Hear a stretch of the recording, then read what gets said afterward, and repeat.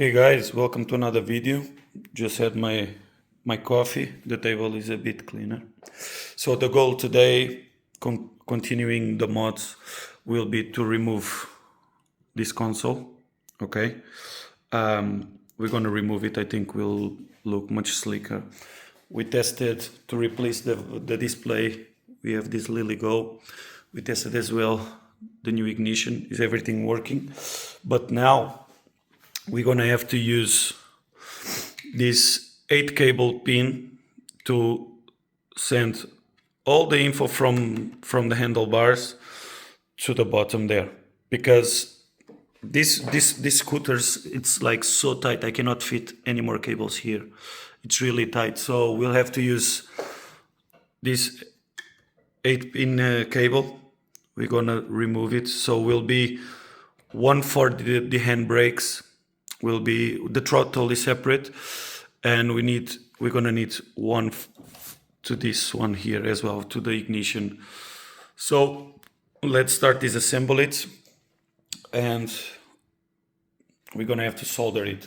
On this video I'm just not gonna film soldering anymore. I think you had enough on the last video of that, so I'm just gonna explain what I need to do, and basically after show it when it's done. This is all working, it's all connected and working, so after we're gonna have to just connect it. Okay, so both pieces removed.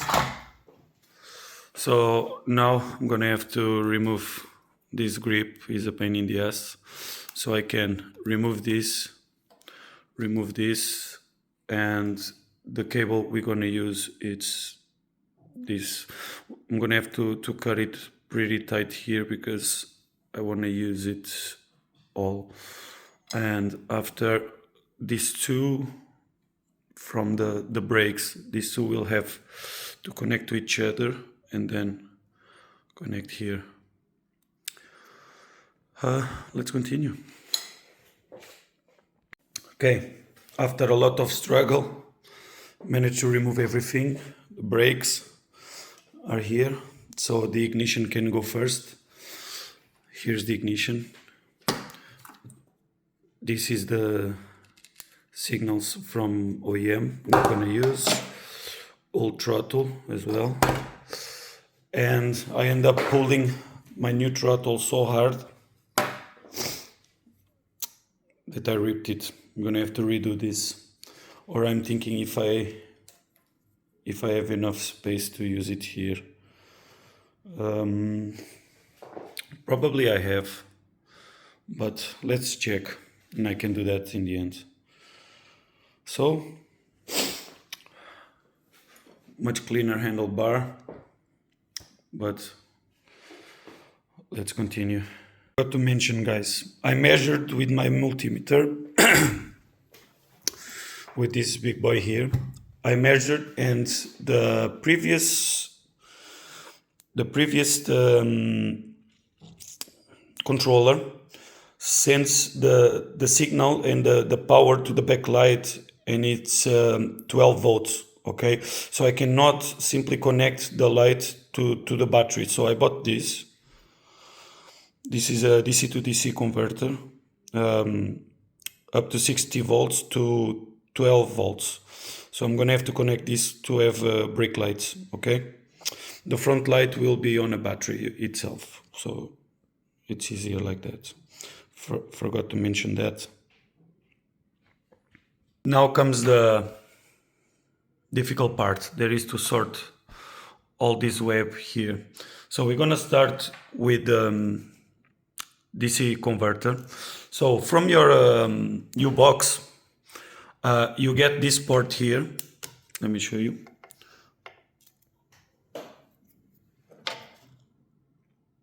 So the ignition port is a port that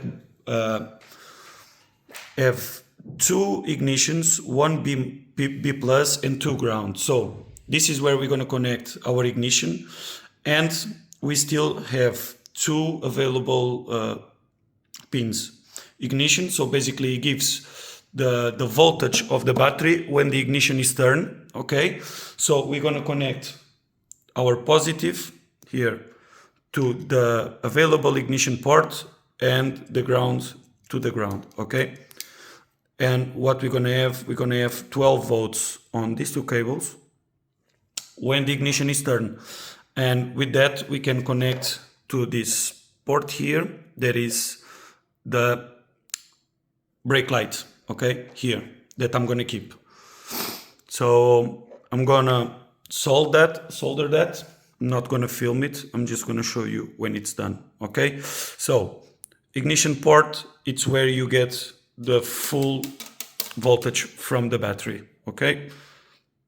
All right, guys, the DC is soldered, as you can see here, with shrink, but I run into an issue. This cable, that is the cable that runs upwards to the handlebar, it's only eight little cables, and I need 4 for the display, 2 for the handbrake signal, and 3 for the ignition. So that's 9. So I decided to run the ignition cable through the frame, and I manage. I don't know how. Like, I have so many cables now here. I think it's like 1, 2, 3. I have 5 now. Okay, so throttle, ignition, main cable that runs everything else, and the 2 brakes. Crazy, but I manage. Now I'm gonna solder the ignition so we can test the DC converter. Okay. Okay, guys, very important information about your ignition. So on the ignition, you have 3 wires. This 3-wire ignition that has a display with the voltage. You connect the black to the black, but then here you will invert. Here you will invert. Why? Because the B plus on your Vesc'd will always have energy. So if you connect the red to red, your display will not switch off when you take the key out. So you need to do this. So when you turn the ignition, the P plus will bring power to the display. Okay, I'm gonna do this now, solder it, and then we're gonna test it. Okay. So this is now connected, as I told you, with inverted. Look here. Where is it? Look here. Red to white, white to red, and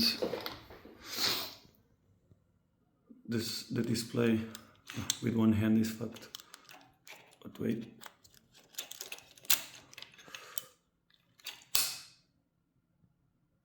You see? So that's working. Now we're gonna test that. Okay, now for testing the DC converter. Battery is connected, ignition is connected, and we have the alligator clips connected to the out of the converter, and now it's off. So let's check. Ignition on, and we have 12 volts coming out of this. So now we're going to test the lights to see which one is the presence light and which one is the brake light, so we can after start connecting this. Okay, let's do it, switching everything off and working on it. So guys, now it's a bit of a tricky part. So I've connected this out positive to the presence light, and when we turn the key, she connects, and then we have these two sides. It will be the stop light.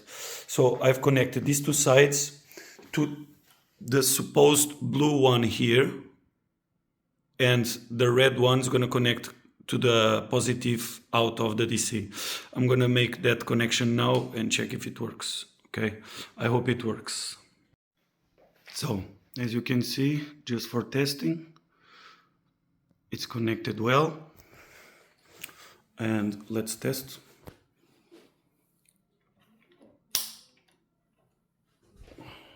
Presence light is on, and then we're gonna start pressing.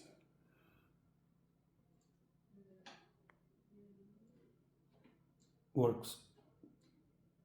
We have brake lights.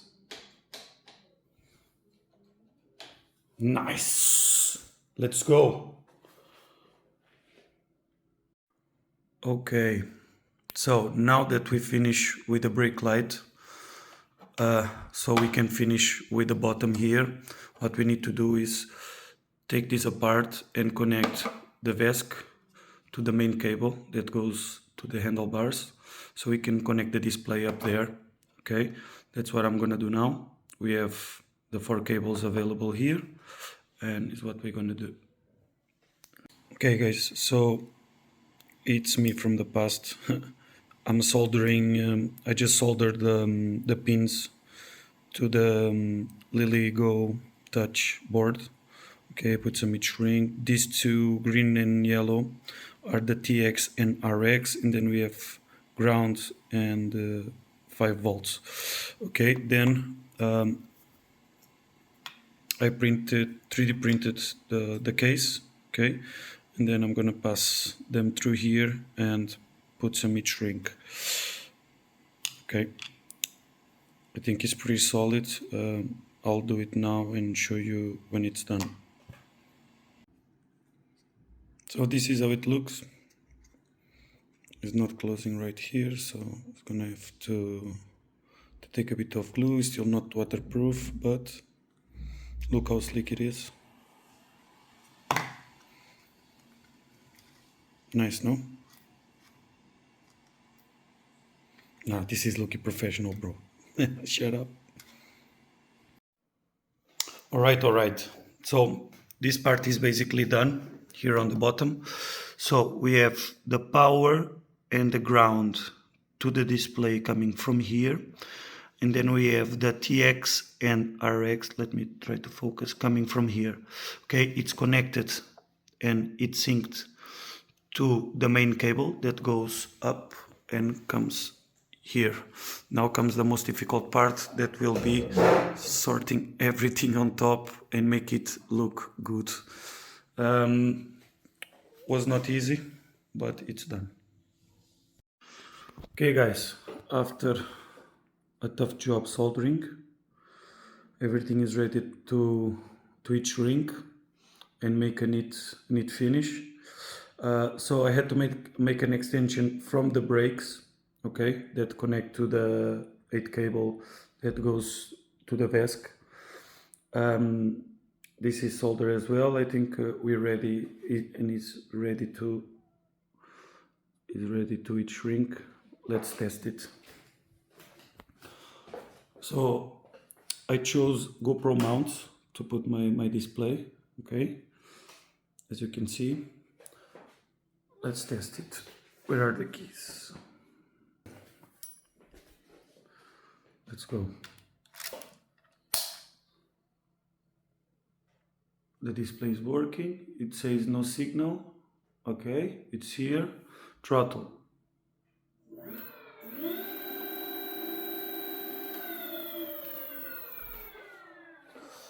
Now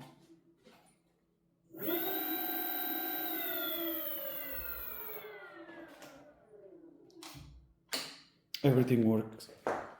Now it's just to make it a little bit more neat. Then I'm waiting to the front, the light to come. I'm not sure if it's gonna fit this 31mm part of the handle, but anyway, we can change that easily. And that's it, guys. I'll show you when it's all done. And bro, what a pleasure to be able to make something just with the AI and Gemini, and everything works as planned. So grateful. Right, boys, this part of the mod is done. We're gonna try it now. This is how it looks in the front, with the monitor here. The phone will come here. Everything is good. I tried it now. It looks a bit slow, and now I'm gonna put the GPS in here to compare with the settings I have on the Vesc'd. You know why? I think I need to change some stuff on the settings. It's feeling a bit slow, but let's see. As I made the test, but it didn't record. Don't know why, some error. So what I was saying before is she's feeling a bit slow on the takeoff. The speed on the Vesc'd, so that comes out on the screen of the ESP32, is the same as the GPS, so on that setting I got it pretty nice. But look, climbing she's still a bit sluggish. But we did 43 top speed.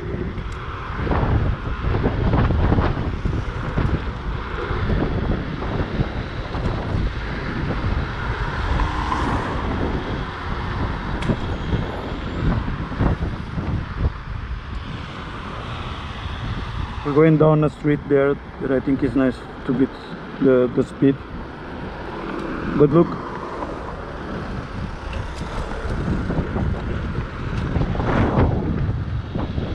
let's try.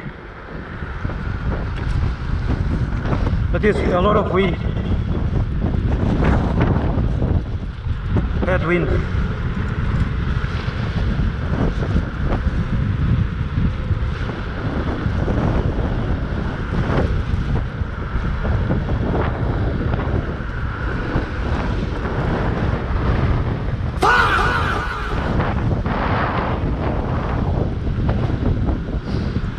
We have brakes for something, right?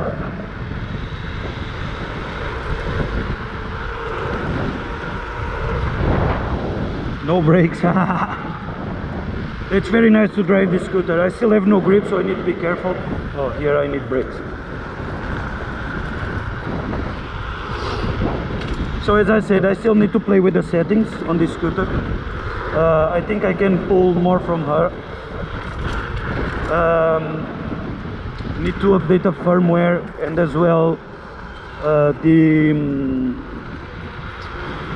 to remember, but there's something I can do to make it a bit faster. I just need to pay attention to the motor temperature.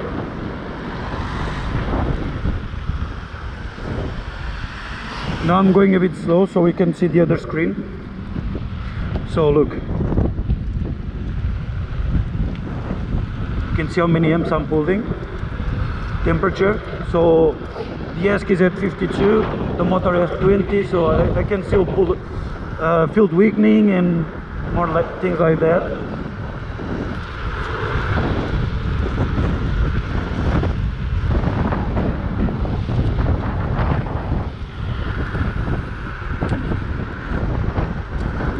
Going for one last lap around my neighborhood.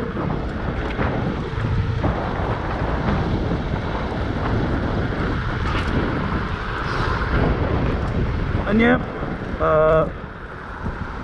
I think she's behaving pretty nicely. Now I almost lost grip there on my.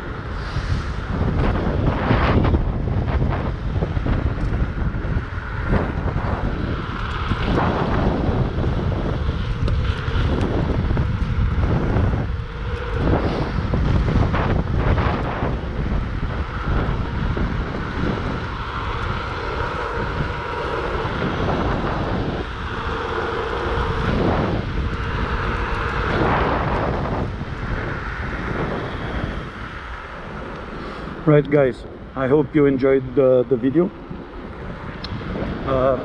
Next mods will be more like maybe changing the handlebar for something bigger, painting the scooter, like changing the livery and something like that.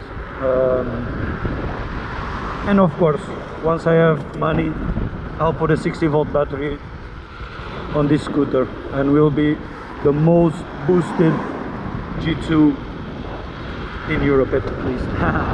Right guys, thank you, peace out.